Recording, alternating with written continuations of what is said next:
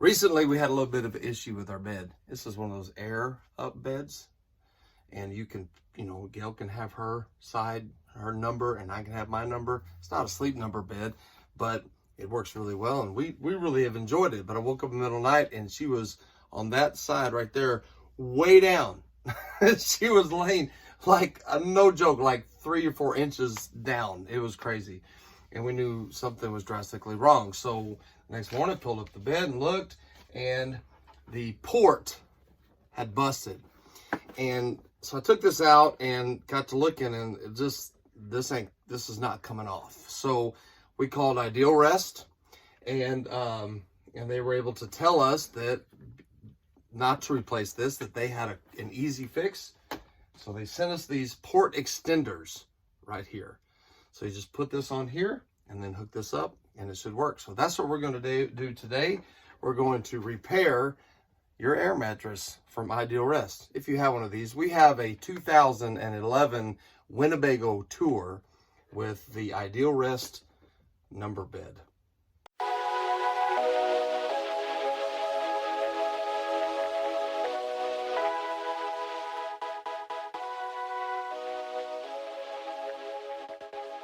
So in trying to fix, we have to put this adapter on. And so in the process, what we needed to do was melt this because it's really hard. Heat it, yeah. And yeah, just heat it up a little bit and then be able to put it over the top of it. And so then it's on there pretty secure because it's really tight and doesn't easily just slip on there for obvious reason. It has to be tight so the air stays in. So, my hand. So make sure this is level, yes, or this is even. Okay. Then kind of warm it up a little bit so it's kind of a little bit more flexible, and then put it on there. It's easier that way. Yeah, it's on there pretty good. We're gonna not put it on this side since it's not broken, and just keep this extra in case something does go wrong. But now we have to raise the bed, and that's the hard part. It is hard part. it's really heavy, and it didn't come with anything to prop it up, and it's and it doesn't automatically stay. Yeah, right. So this is. So you have to be Hercules to lift it up. Which I am. Yes. Okay, so as you can see, this bed is not only heavy, there's nothing to prop it up. Okay, so we just placed this back on the shelf. The pump, we placed right back on the shelf that it originally came from.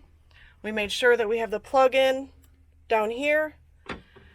And then we have these two plugged back in. We plugged the hoses back into the connectors. And we're going to test it out and make sure it works.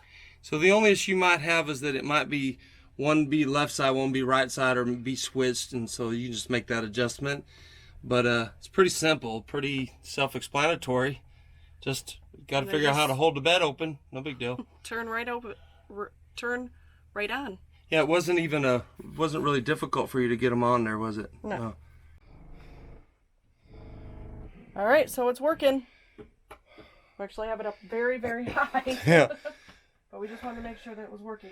And each side is on its correct side. Yep. So we're actually taking air out now just to see if it works, and it's working. Working good and holding air. Good deal. Good deal.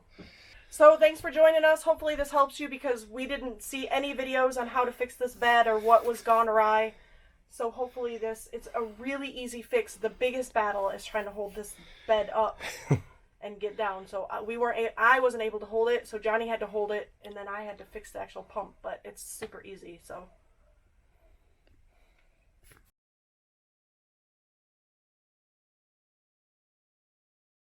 It'll just sit and prop up on this Lowe's bucket. We'll see. That's a negative because it's crumbling.